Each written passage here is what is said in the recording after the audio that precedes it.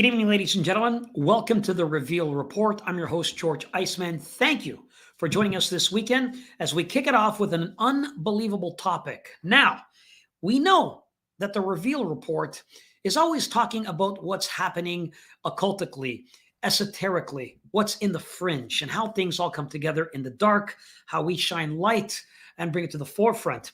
So the topic today ain't one that's always looked upon as occultic, or is it? We're going to discuss digital currencies and the beast system. Is it really occultic? Where does it come from? What's the real meaning behind it? We hope that we could shed some light and maybe help everybody with some questions they may have. We've put together an amazing cast today. Of course, my co-host, Jessie Czebotar, has returned, and she'll be on the show in just a moment. And of course, he's been on a vacation, but somewhat working as well, taking his summer off in a very nice place. And he's back after many, many months. I mean, we have June, July, August, September, 4 months he's been away. And we like to have him every month, sometimes twice if we can. The return of Gary Wayne, ladies and gentlemen, right here tonight.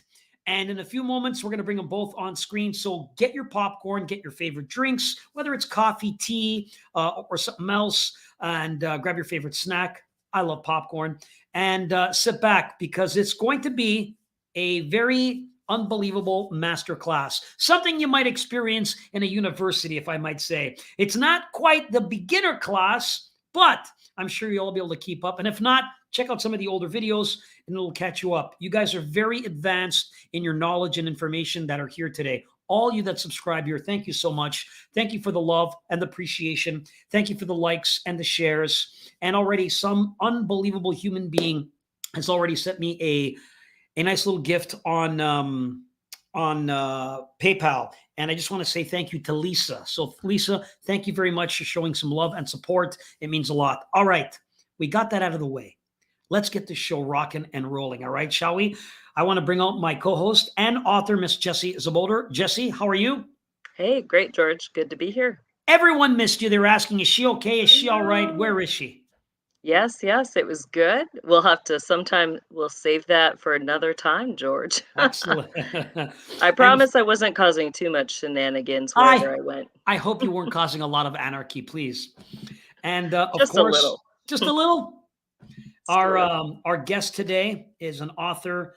He was on our speaking engagement, our tour in Orlando, and we're looking at doing something else coming up. Still working on those details, Jessie. Canada. The things we got to deal with out here. Please welcome the author himself, Mr. Gary Wayne. Gary, how are you? You're muted. Oh, you got to unmute. There we go. There it is. Happy to be back. And it was an excellent summer. So maybe next year at the lake, I'll be able to do a video feed, but we're not really there yet. Yes, of course. Yeah. Well, we have a very intriguing conversation, and you know your history and research you've done biblically, other books, Jessie, in the system. This is going to be a very interesting topic because a lot of people have this fear and doubt that we are in apocalyptic times, and they're trying to implement something called a digital currency, which many believe to be the mark of the beast system. Now, for those new viewers that are here, you might be thinking, hey, what's this guy talking about? Because again, this show, and I want to stress, is not a ministry of some sort based towards Christians. This is based to everybody. And everyone is welcome to this platform to get that information and knowledge. So you might not be up to par with what we're discussing when it comes to Revelation. So I'm going to play a little clip to give you a little context. And then I'd like to get feedback from Jessie and from Gary. So without further ado, turn up your volume and take a listen. This is what we're talking about. Also, he compels all, the small and the great, and the rich and the poor, and the free men and the slaves, to be given a mark on their right hand or on their forehead, signifying allegiance to the beast, and that no one will be able to buy or sell, except the one who has the mark, either the name of the beast or the number of his name. He causes all to receive a mark. A mark will be given to everyone under the government of the beast and his associate. This mark is necessary to participate in the economy, and those without it will not be able to buy or sell anything. Only those bearing a special number on a visible part of their body, hand or forehead, will be allowed to trade, and the number will only be marked on those who engage in imperial idolatry. The number 666 is the coded name of the dictator.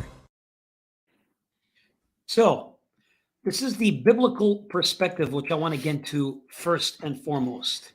And I'll start with Jesse. Jesse, comments and thoughts about what he's saying biblically about the beast number, possibly digital currency. Yeah, I agree. Scripture is pretty clear that it's going to be a very visible mark. The word that's used implies that it's a written form of the number, either on the forehead or the hand. And I know a lot of people, are curious, could it be a chip? Could it be something, digitally? Could it be an imprinted tattoo? I think that there is some plausibility to some of those things. So I think we'll get into that in our discussion here. Excellent. Gary, yourself, what is your comments on this? Yeah, I think they were quoting the Bible accurately on that. I would say there's a context that this is part of the beast system. This is part of the system that I think Babylon will put in place first. And I think it's a system that Antichrist takes over, but he takes it to a whole new level. So just as you can expect Babylon to take a tribute off of everything that it's involved in, whether it's a service or a transaction, look at it as a value added tax or a transaction fee that they'll charge.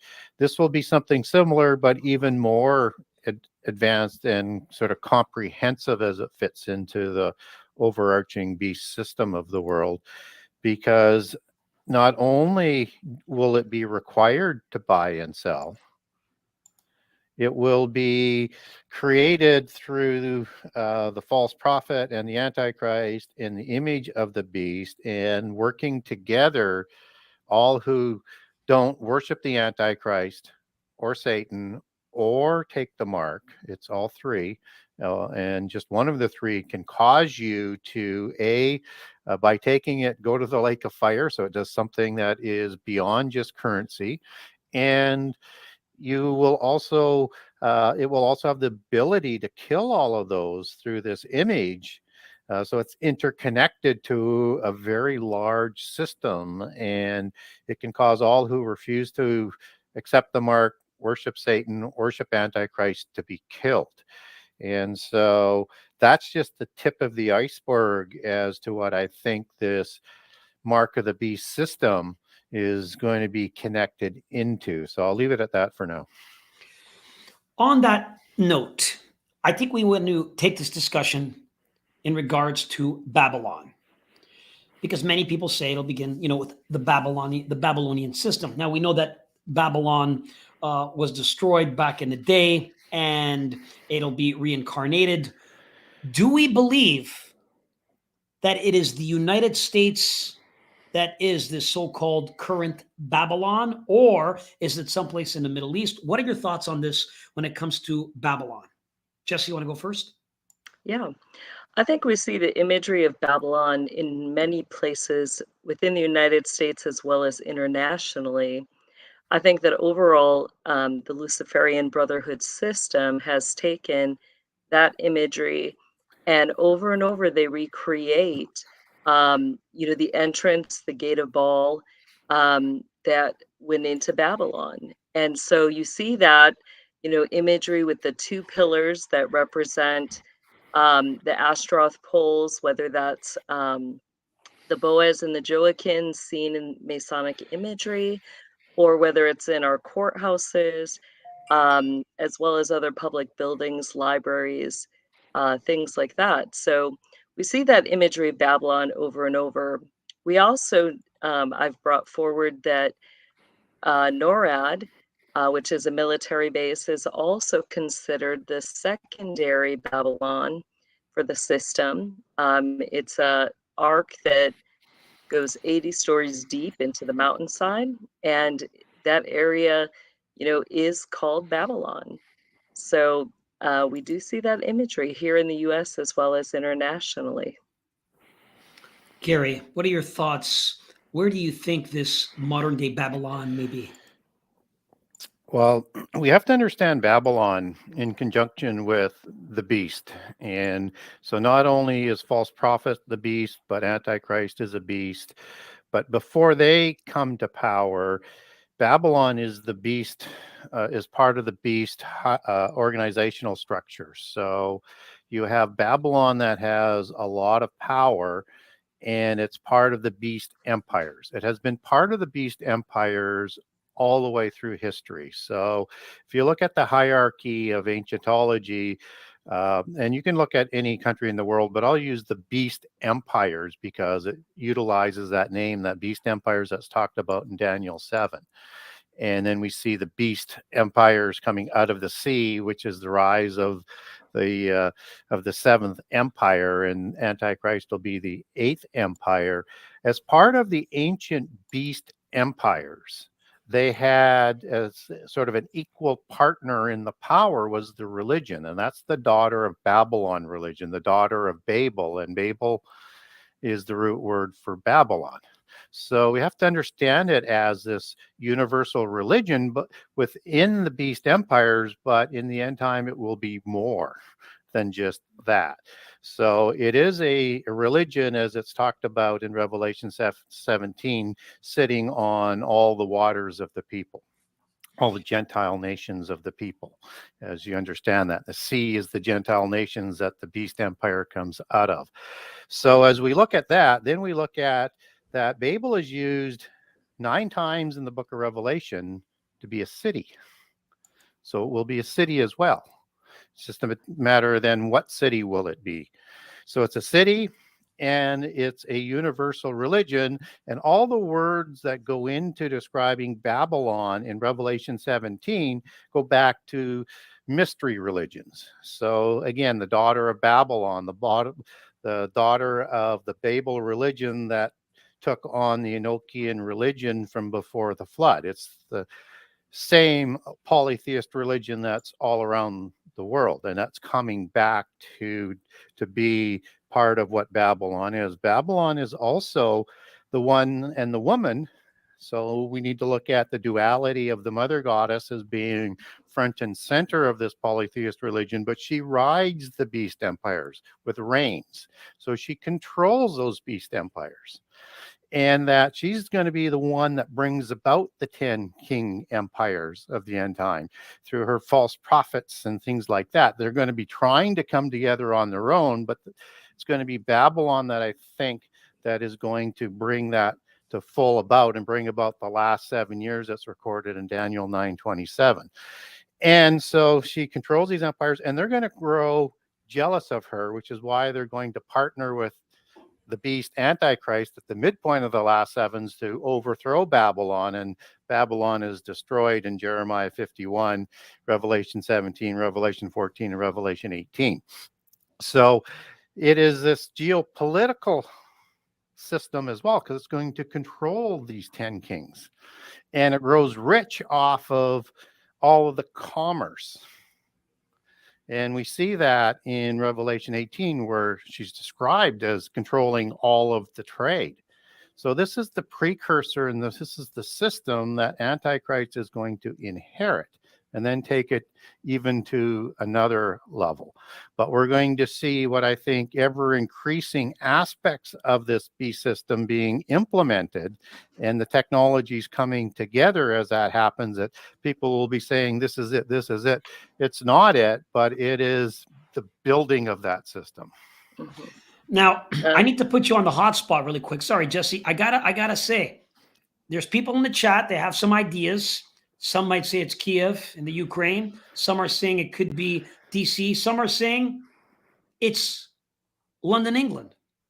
So I'm just curious as to your idea. Where do you think Babylon might be? I think when we look at the book of Revelation again, it says that you guys are kind of frozen, so I'm not sure whether I'm coming through or not, but I'll continue. You are. Okay, you guys are moving again. That's a good thing. Revelation 17 says that this beast empire that comes out of the sea, that's recorded in both in Revelation 12, 13, and 17, that's describing the same empire. Babylon will sit on 7 hills, and there are also 7 kings. Those 7 kings are the 7 beast empires. But she sits on 7 hills, so it's both. It's not either, it's both. There are 2 cities that I think that qualify that might hit that.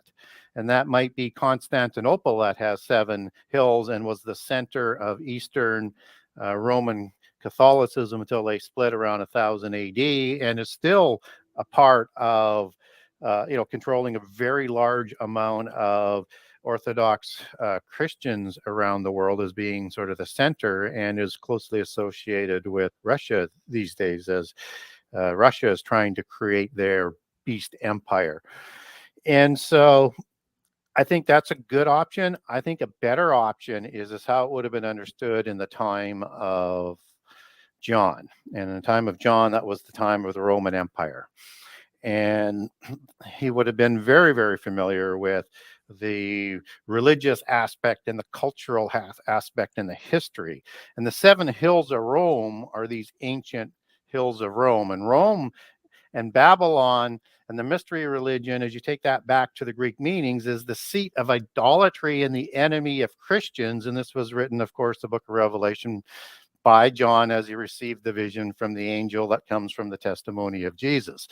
So the 7 hills were including Palatine Hill, of one of the same. And there's other religious hills, but this was kind of the epicenter of the seat of idolatry. And that's where the Sibylline prophecies were located as well, and had a branch temple that was at Vaticanus Hill that was outside the original walls of the original Rome, but it was still associated until Christianity comes along and builds on top of that temple. It was still part of that Sibylline prophecies. And the Sibylline prophecies actually talks about Babylon in the same kind of words, almost identical words, as what's recorded in Babylon. And these were prophecies that were utilized by the Romans and the Greeks before that. In fact, they brought the Sibylline statue during the time of Hammurabi, because they were fearful he was marching all around the city, terrorizing the country. And they knew that from past history that they needed to search out not only the prophecies, but they had to go get the statue back to get, as I understand it, either more of the prophecies, or, and there's the other side of it, is just as part of the prophecies to take care of this enemy, they had to bring those back. So my whole point is you have a religion that's centered in Rome today. You have the rise of the Roman Empire worldwide. I'm not saying Catholicism is going to be the universal religion, but organizations like the Jesuits and their predecessors, the Knight Templars, were organized to create the new Babylon within that church. And so I think what happens is you're going to see this continuous takeover of the Catholic Church that's going to go totally polytheist, but it's going to be centered back in those original 7 hills. And the Vatican will be one branch, now looking more polytheist than monotheist, and will be one of many religions that's accepted under this umbrella worldwide religion. So I like your theory.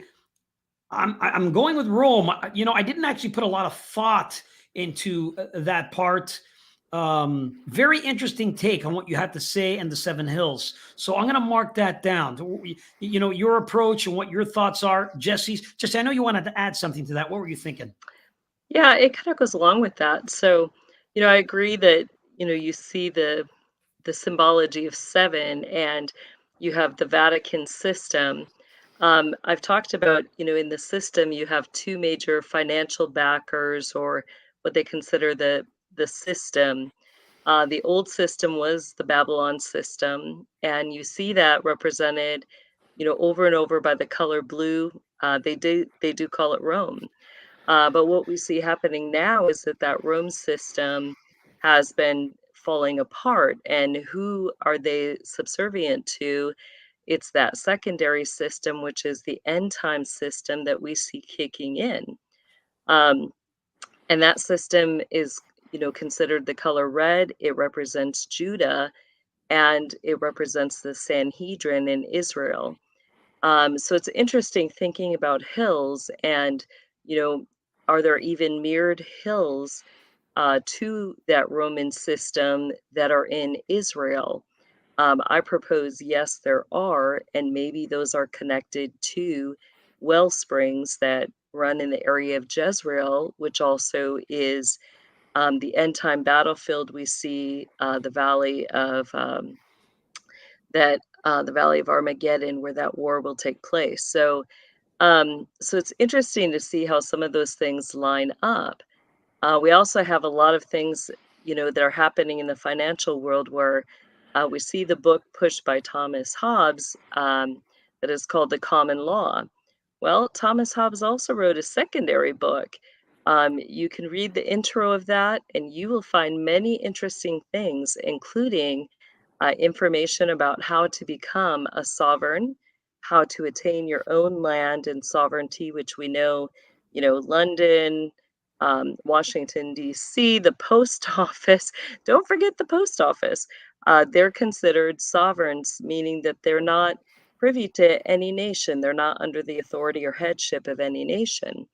And we see that book, which is called Leviathan.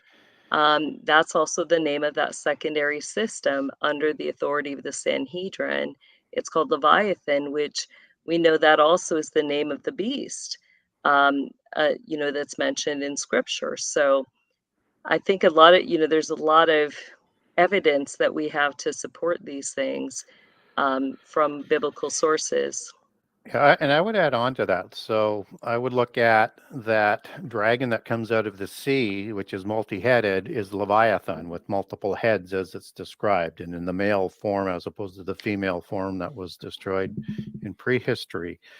And I will also not want people to get too confused that we have to remember that just because Babylon comes first doesn't mean Jerusalem's not in play as well. But as you understand it from the Bible, that would be when Antichrist takes power after he destroys Babylon City in 1 hour. And so I think that just as Jerusalem is called the new Sodom in Revelation 11, as the two witnesses are killed at the midpoint of the last 7 years, that we're going to see Antichrist, who is crowned in Jerusalem, set up that as sort of the successor to the fall of Babylon City and the Babylon system, and then replace it with that Leviathan system. But I mean, they are so close in terms of how they're going to look. People are going to be deceived that when they see the first system, they're going to think that that is going to be the Antichrist system. And of course, Antichrist will substitute in in his control, but with what goes on in the world, there will be a counterfeit Antichrist to the Antichrist that Antichrist takes credit for defeating so that he can become the true Antichrist. And that would supersede that there's a counterfeit Armageddon as well. And again, that fits well into the whole timetable that the book of Revelation is talking about. Mm-hmm. We could go in so many directions with this conversation. It's unbelievable. You had a segue that I wanted to touch on, which is the Knights Templar. And in my studies, they really revolutionized lending and borrowing and banking. Yeah. And the Knights Templar, for those who don't know, really had a lot to do with the banking system. It was said that the information was given to them supernaturally. When my studies say that they would communicate with these negative entities. One specifically, they would do ritualistic ceremonies underneath the church without anyone knowing. It was very precise and specific on what they did and how they did. They would actually kneel. Each one of them would have to kneel, pucker up, and kiss the backside of the master of that sector. And I was mind blown with some of the information that came out on what they did and how they worship. But again, it is said that this modern day banking, the borrowing and lending, because remember, they were taking money and gold and using that and creating this wealth of power because they were getting so much money that was donated to them and given to them, not to mention what they, would take from dominating other places that they would go into. But on that note, I want to hear both of your thoughts on I wouldn't say contribution, but the modernization of this lending and borrowing and modern day banking. Let's begin with Jessie. Well, I wanted to say too, I think that we should use their official name, which is the Sovereign Military Order. And, they are the military branch within the system. I've done some shows that actually Gary and I did a show where we talk about some of the different orders within the sovereign military. There's a lot more to it than just the financials. Even everything that they set up, starting back in the 14th, 15th centuries and continuing on as they traveled through different lands and the continents, they were the major individuals who, built the underground tunnel system, which is, three-tiered. Um, that would include underground cities. The above ground, they laid out in a very specific order that I talk about in some of the courses that I do, where you can go into any city and you can identify based on, their order and structure of things, what is available underground. So, a lot of what they did was a direct mockery of God and his universal design, which was sevenfold after the Holy Spirit. So, for example, you'll see things like, most cities and towns will have three churches that have major or kind of like taller crosses that are on top, and you can, by eye, you can see that those form a triangle. And in the middle of that, you'll find desecrated ground. Usually they'll have, the three churches will share a graveyard. Oh, and that will, underneath, you'll have a catacomb or ritual ground under there. Those churches will, oh, did I go out here? Those churches will also show, basically that middle ground represents unrighteousness, and that's right where our breastplate of righteousness is supposed to be. One of those churches will sit at the head spring in the area. Thus, they taint the water that's underground by desecrating it. And that's to fulfill their contracts that they've made with the Leviathan and other water spirits in the area, to be able to use the water for magic and other things. So, it gets very interesting as to all that they're involved in. And, I would definitely say that they uphold that Leviathan system. In fact, we do see current day that many of those who are pushing sovereign movement and the Leviathan system are indeed connected to the sovereign military order. So there's a lot of current things that are happening with that. Gary, yourself, are they the first international bankers? From the information I gather, the Knights Templar really did some unbelievable things with lending and borrowing and taxing and so forth. Please give us your thoughts. They are the first modern bankers. So, and they take over from the money changers, and they lend at a lower rate at the beginning. And I'm going to go into their banking in a second, but we'll just sort of add a couple other things in there that sort of shows you that who they are and what their agenda is. So you have three main players in the founding of the Knights Templar. These are all nobility. They're not poor knights, and even the Cistercian monks are all related to that. There's two of them that helped found the Knights Templar. They're Cistercian, but they're relatives of people of the other founders. And so the three I'm talking about is de Bouillon, de Payon, and Anjou. And this is the Anjou that has three different branches, one of the Naples kingship line, one of the Hungarian one, and the Lorraine one. And these three were all from the Lorraine area. And in 1118, Baldwin II Anjou was crowned with the King of Jerusalem title through their signing of bloodlines that includes in their belief system that they also have King Saul as grafted into their bloodline, and they do that through like the Sicambian Franks and Mary Magdalene in their belief system.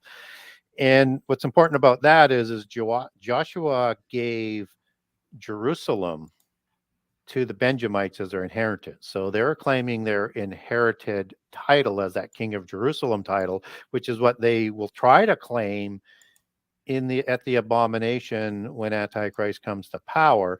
This King of Jerusalem title is woven down its way through the Hungarian kings, through the Lorraine kings, through the Habsburg Lorraine dynasty, and rests today with the Bourbon, who lead the Order of the Golden Fleece. And there's a few different orders, and Juan Carlos received it, and then now King Philippe has it. And this title will continue because they're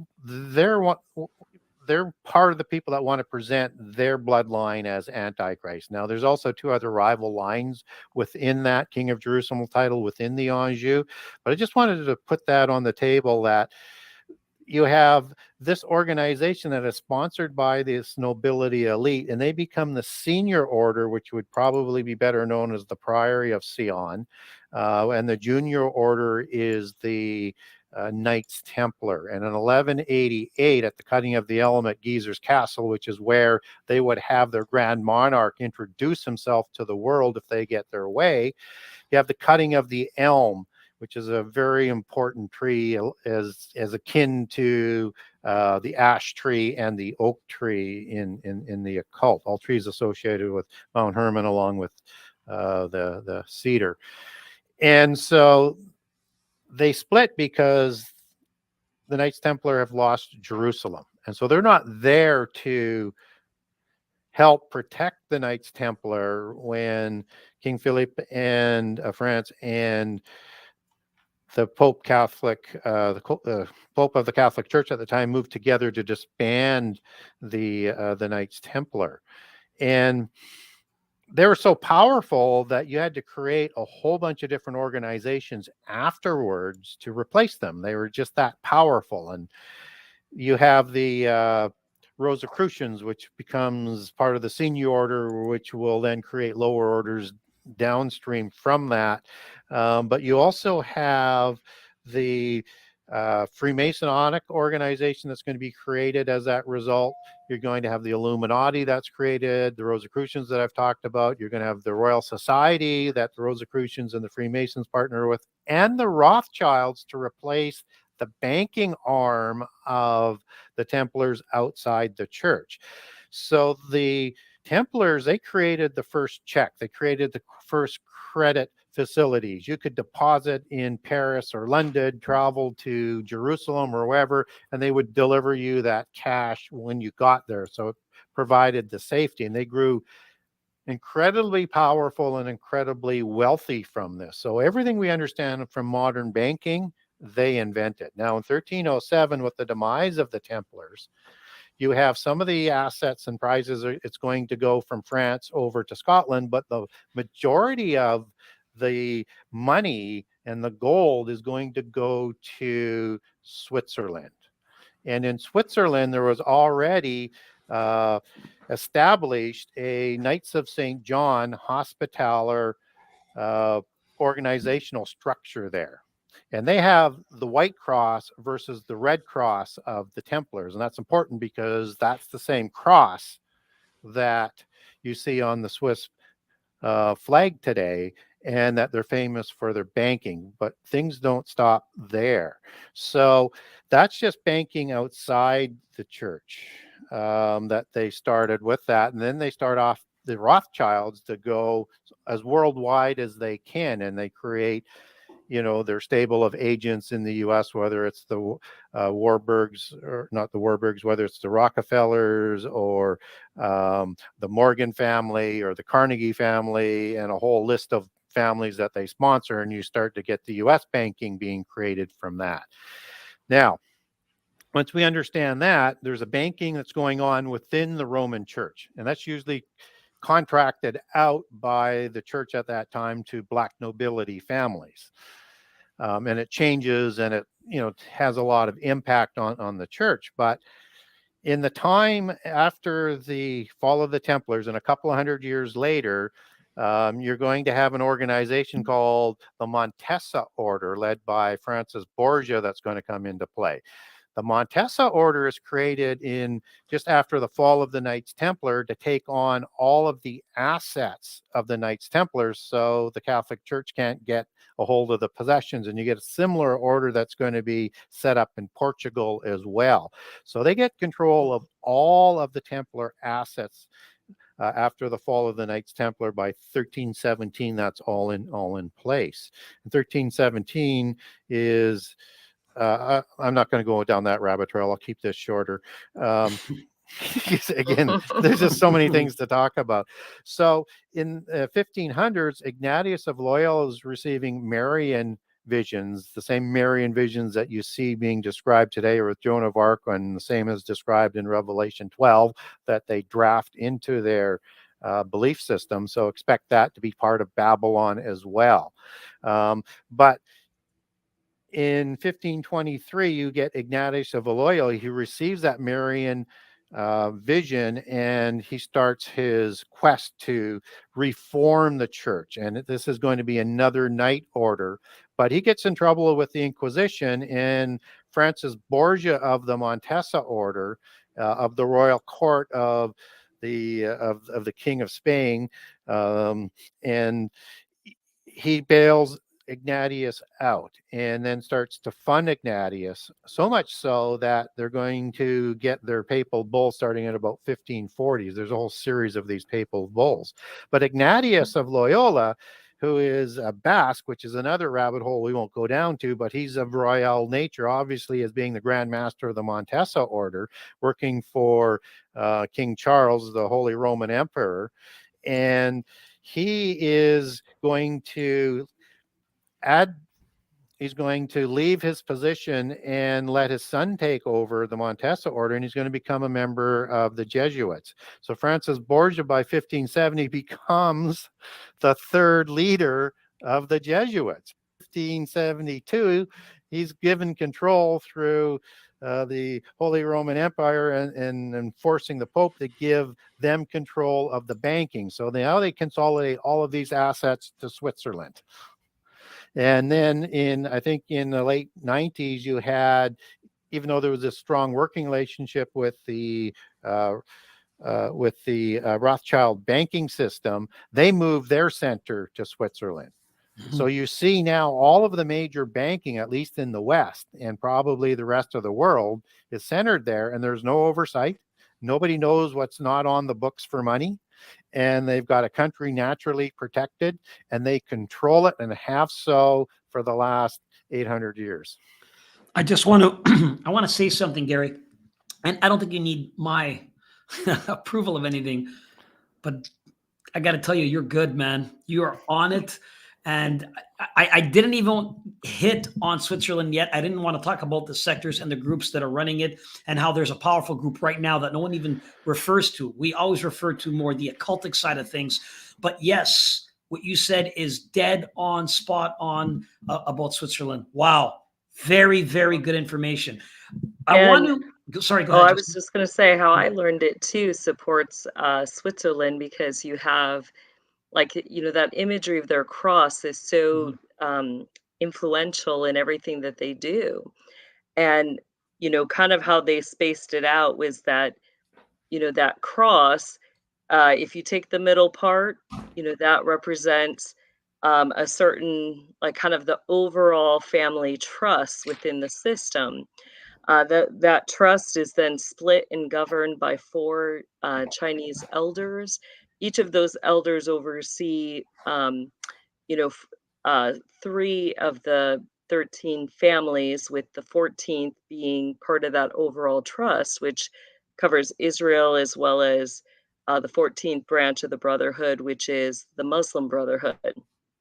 What's interesting is that, we've seen now the shift that, those major trusts have, in a way, been refunneled into that big mass trust. And in order to keep that trust, they attempted to change the name of it, which I've brought out on some of the shows I've done. But, as of current, it's been changed to the name In God We Trust. And, that's, we do have individuals that we've been talking about who are overseeing that as they're shifting, um, not only to financial currencies, which is going to be gold back, but they're also shifting to the quantum currencies of the system, which include things like your name, your breath sound, your numerical number, your fingerprints, your soul prints, your blood, which is your DNA quantum signature, and your descendant rights. And those have been, currencies that they've been buying, selling, and trading on for generations. I want to pivot to the beast number and add a little bit of context to this. The beast number is key. We look at it as 666. This comes up in the Bible, and I got to learn it especially because of my studies with King Solomon and how this comes to play. What is 666 in the Bible? Well, the weight of gold, so those who know, which King Solomon would receive every year, was 666 talents of gold. Besides what came from the tradesmen, from the traffic of the merchants, and from all the kings of Arabia and the governors of all the regions. So he would receive, King Solomon, his yearly dues of 666 talents. Interesting number. Thoughts, Jessie, on 666 as the number chosen for the beast? Yeah, that also, if we look back, that comes from the sixth number of the Hebrew alphabet, which is the Vav. So it's fire, it's a breath sound. I know Gary's got much more on this than I've got, but that's what scripture says. It's 666 is the name, the numerical number for the beast. Gary, just quickly on this, touch on that. 666, the beast number, the one that they were going to try and use, whether it be on your forehead or your arm or how they'll implement. But just briefly, what's your thoughts on the 666 beast number? Yeah, and it's going to have not only a numerical and a geomancy connection, it's going to have the meanings of the letters and the spelling, and it's all going to sort of add up because it's going to fit that way, and it's part of the credential of the true Antichrist coming up. From a superficial level, let me look at the 6 as the number of man, and the 3 6s is the number of God. So it's humankind trying to become gods, and that's going to be part of the promise of the beast system, that you're going to be like gods. You'll have the knowledge of God, and you'll have immortality through this whole chip system that I think that it's going to be. I think the 666 is going to be in there. I think we saw the early foreshadows of that with the binary system of the UPC code, where you have a couple different formats of it, and you got 3 6s in all of them that aren't numbered. That's still the base system, even for seeming the angelic technology of the quantum and AI technologies that are starting to merge. So that's going to be still in there.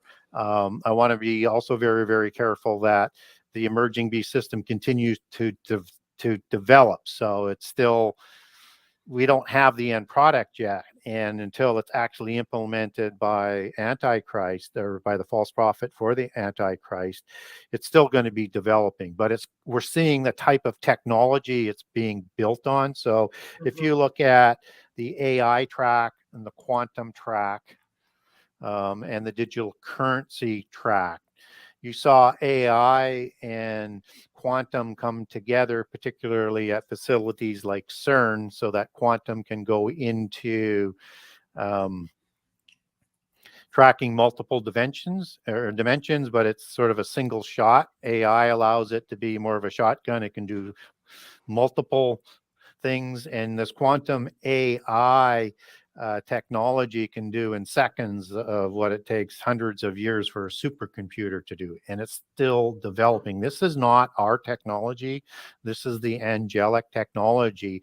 Digital currency has been tested and allowed to work out quirks and issues, and as of last November, most of the reserve banks controlled by the banking system were moving to take control and implement a digital currency, because I think they're thinking it's getting close to start bringing in that sort of technology. And Canada is actually on record to introduce it early next year. I don't know whether they have the ability to do that or not, but that's I'll comment on that. Yeah, so I'll comment on that, and we're going to get to that in just a little bit. But as of right now, I'm happy to announce that has been scratched. There will be no Canadian digital currency as of right now, which is a good sign. Always good news. Yes, I want to play this quick clip on the dangers of the digital dollar with the government and what Fox had to say. So please take a listen, and then I'll get both your feedback. Here it is. What's your take? Yeah, it's hard to overstate how dangerous a path this is. When President Biden came into office, he ordered the Treasury Department under Secretary Yellen to actually begin a pilot program to study how this would affect the U.S. economy and the average American. We're not alone. Most Western governments also have these pilot programs. So there is a massive move toward a central bank digital currency in all of these countries. The bottom line here is not ease or convenience. That's how they're going to sell it, right? The ultimate objective is to move us to a cashless society. So you will no longer have that hard asset of that $20 bill or $10 bill. Your money will essentially be software. It will be a number in a program that the Fed, Treasury, the government, your political opponents will all have access to. They eventually want to get rid of most banks. Now, the big ones are too big to fail. But in the end, the ultimate objective is to essentially wipe all of the banks out so that your bank will be the Federal Reserve. Everything will be centralized. And again, this is not really about the money, although of course it is. This is about power and control, because the government, such as it is, will have access to all of the information related to every single transaction you make. You buy a stick of gum, the government will know. You buy a new car, the government will know. Oh, you bought the wrong car. You didn't buy an EV. Now you're going to get penalized. So in the end, Sean, this is really a move toward a CCP-style social credit system. And they're using this move to a central bank digital currency as the biggest lever to try to get us there. All right, quickly, Jessie, you first. Thoughts on what she had to say about this cashless society, digital currency, and a possible universal credit score? Yeah, I think we definitely see it going into effect already. We've had several of the countries come together, forming, I'll just say the letters BRIC. They've already posted pictures of their currency, which in the middle you see, all these letters and numbers going around like a portal. That represents the Sanhedrin and the pomegranate that they have with all the letters, which is supposed to be an image of, the dimensions and accessing all the dimensions. You also have within that the imagery of the abyss, which represents, end time contracts with spirits that are under the earth, the fallen ones that are chained there till the day of judgment. Everything about that currency, represents bringing in the beast and the system of the beast. So I think that it's very plausible. And we also have, um, we'll just call it the link, but that's something that's being pushed, and that we're seeing come up more and more. We saw that first being introduced by Joseph Mangala, that he was doing research on spiritual torture techniques, connecting people's spirits to this major, um, we'll call it matrix type system. We see that is being developed and improved, where now we see quantum systems have already been established. We have VibeStat and the Starlink system. So all of these things are being put into place as we are speaking. Gary, quickly, I'd like to get your comment on this narrative. What you have to say, Cashless Society, them working on it. Quickly, your thoughts. Oh, Sorry. Gary, you got to unmute. You got to unmute. There it is. Sorry about that. And so you've got quantum computing and AI that has ability to crack cryptocurrency. So what they need to do is they need to blend that in and then put in their own protections there.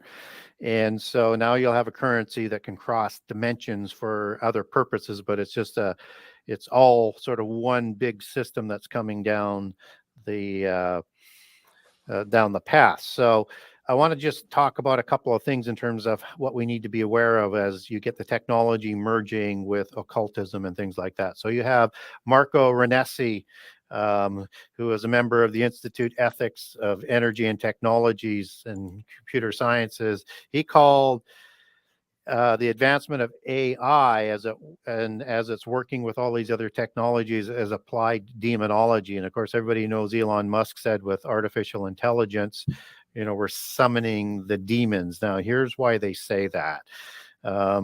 It's when you get into AI in computer language, you have archetypical programs, and they are like sort of an immortal algorithm that they're writing, and they operate in the algorithms invisibly, like the invisible ones do, like demons and the invisible angels can do. And that demon is computer slang for invisible programs working in the background to bring about the agenda of the order. So what they'll be able to do is they'll put these programs in the background that will protect the people who are controlling things. It will protect how much money they have and how much information that is being used. So you have all of that coming together with blockchain technology that crypto works on, and that the passport system that they want to collect is being currently looked at being implemented by the WHO organization, and they're trying to get that done over the next year. And that'll be a digital system with digital medicine that's coming down the road with it.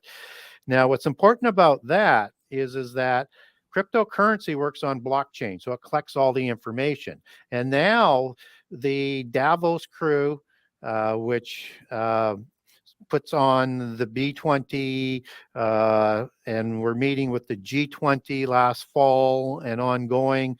They want to reintroduce the digital passport that's going to be able to be compatible with the digital currency, with the blockchain technology, but want to introduce it using the Alibaba system that is being used in China, so that you're going to have all your social credits that go with it, your whole carbon print, your medical history, everything that you've done, and that will give them control over whether or not you can buy anything or not, because they can just stop it, or whether or not you can get a loan, or what interest rates that you'll pay, or whether or not you can even go see a sports event or not. It will be that powerful as that technology comes together. So it's a very interesting take here, Gary. I mean, we are there in so many ways, or at least let me say this: they're trying to push that narrative. Now we got about 5 minutes or so before we sign off, so I want to get everyone's take. including my own, on where I think we are in this this timeline and where it could go. Jessie, we begin with you. Where do you believe we are in this timeline, and do you think they'll actually be able to put it through anytime soon? Please. I think they already have. I've brought out about the EPIC system. That is one of the digital monitoring systems where, they began getting everybody's medical information, getting that all coordinated across all the hospital systems within the United States. That system comes out of Ashton, Wisconsin, which is where, one of the main hubs for the Mothers of Darkness. So, I see that all these things are already happening. Now we just have, the aligning of all the countries coming in. We're seeing that happen through the G20 and other summits that have taken place. You also see with the G20, you see the alignment with those digital currencies to certain temples or areas. They display that in the pictures at especially the G20 summit. Um, so even on the money, it's got, you know, 4 100s in kind of weird shapes. That represents Egypt and the 400 years of bondage of Israel. That bondage now being broken, and Israel, raising themselves up as, as gods, as Gary brought out earlier. So I think we're really seeing the rise of those things and everything being put into place. And you know, their attempts, I think it's already in operation around the world. I think that they're just now trying to find ways to get all of us, functioning within that system. Gary, where do you believe, quickly, we are on the timeline? Do you believe it's going to happen anytime soon, or we're still some time away? Give me your 2 minute lowdown. Still time away. I mean, I think we're at least a decade away. It might happen sooner. They're going to try. They're going to keep implementing small pieces. They're going to have issues. They're going to have pushback. They're not there yet to merge and implement. And just the logistics of implementation with that combined angelic technology is going to take a little bit of time. So they're going to try, but we're a ways away yet. But we're going to see it pieced together slowly. And now I'm going to give you my take. I do agree with Gary and with Jessie. I think on Jessie's end, they are trying to implement in little pieces to try and bring it in and push it forward. So I believe she's on that because that is their plan. But I also agree with Gary that I don't think it's happening anytime soon. Now, they had this trying to push this this agenda much faster. I think they're way behind schedule in where they want it to be in regards to the digital currency, the digital passports and ID. However, I don't think they were even remotely on the mark with the pushback that they're getting because of you. The people that are watching this show right now fighting against this system, saying, no, we won't be a part of it. We won't participate in it. You not spending your dollars in these corporations and these companies that are trying to do these type of things. So, that makes a huge impact in what we're doing. Occultically, I can tell you, I don't believe we're there. I know that they are doing that push, but I don't think we're there. And I think we're still a ways away. And I'd like to believe that God Almighty is giving us some time. And what is that time for? Possibly for us to make changes in our lives, in our soul, to get off the path that we're on and move on to a better path. It could be a time of healing. It could be a time of rejoice. Some say we are in the Jubilee, where it's a time of goodness and jubilation, and possibly a lot of great money and prosperity to come to many Christians at this time. There's a possibility. Many are saying that. But I'm going to go out on a limb here, guys, and say that I don't believe we're there yet. We're still a time away. And I pray every single day to try and prevent it. I'm hoping, and I know many of you are going to say, George, hopes and dreams, son. But I'm hoping that we go into the 1,000 years of glory. And it would be a great time if we can go into that time. And I believe and I pray every day that maybe the Lord will hear us. It's written in the Bible when he was going to destroy Israel and just light it up. And they fell to the ground on their knees and they ripped their sackcloth and they cut their beards and they went into fasting. And the Lord changed his mind and did not destroy them. So if enough of us pray and change and give him glory, is there a possibility maybe he'll feel sorry for us? Maybe he'll see our love. Maybe he'll see the change. And for us, he'll watch over us. It's a tough thing to say, but I have to say it, that I have faith. And I think people initially are good. And when they see these type of things, I think if anything, Gary, hear me out, Jesse, on this.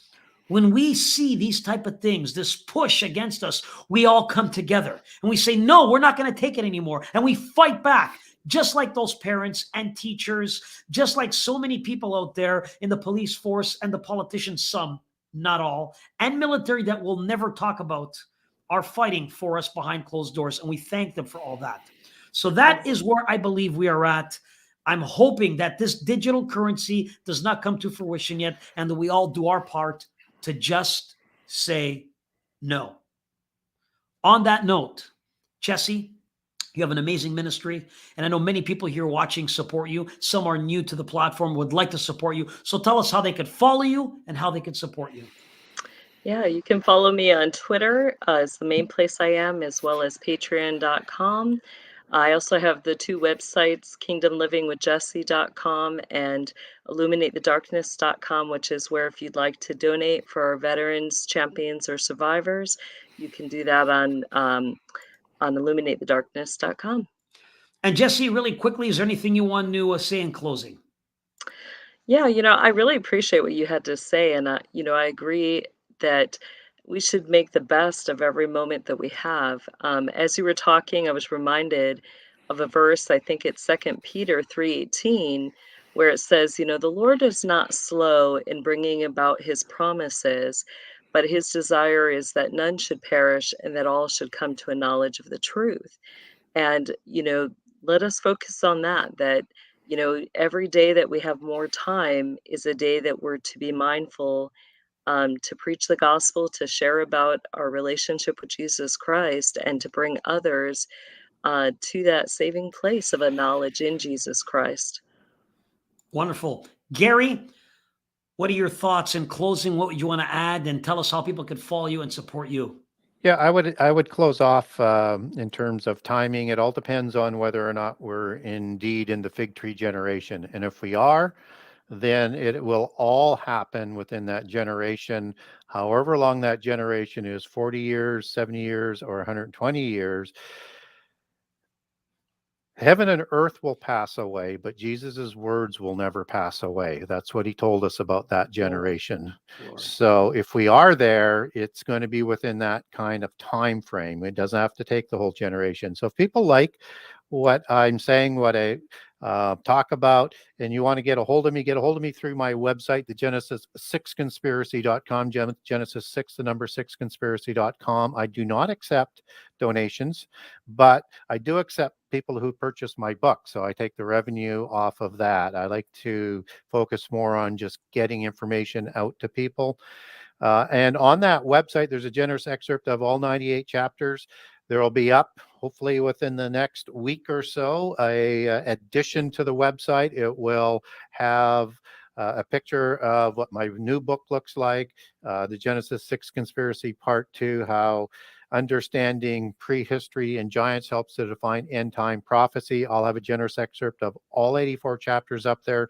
I'll have pricing on it. I already know the retail. I just don't know the published date. Still, I'm looking for late October, early November at this point.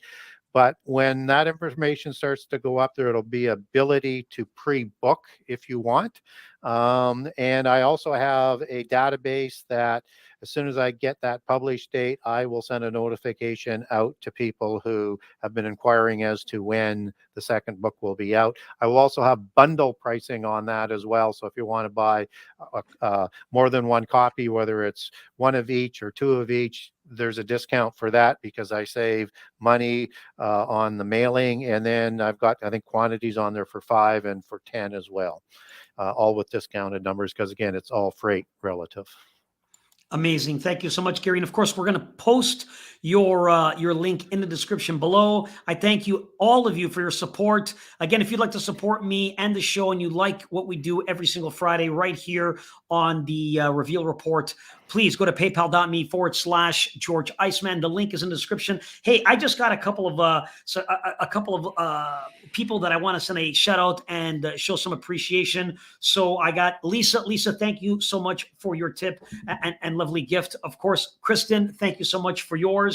And Leanna, thank you so much for yours. You three unbelievable people for sharing your love and support and doing something on the PayPal. Guys, it's not over, by the way. If you're watching, this is just the pre-show.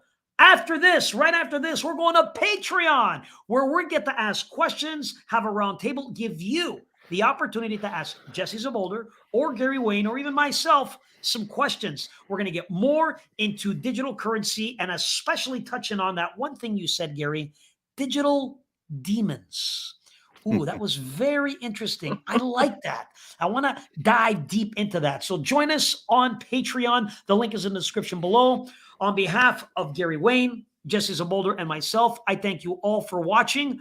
Again, get outside, get some fresh air, get some vitamin D, but most importantly, every single day, give grace, praise, and glory to Jesus Christ, God Almighty. Thank you for watching. God bless, and good night.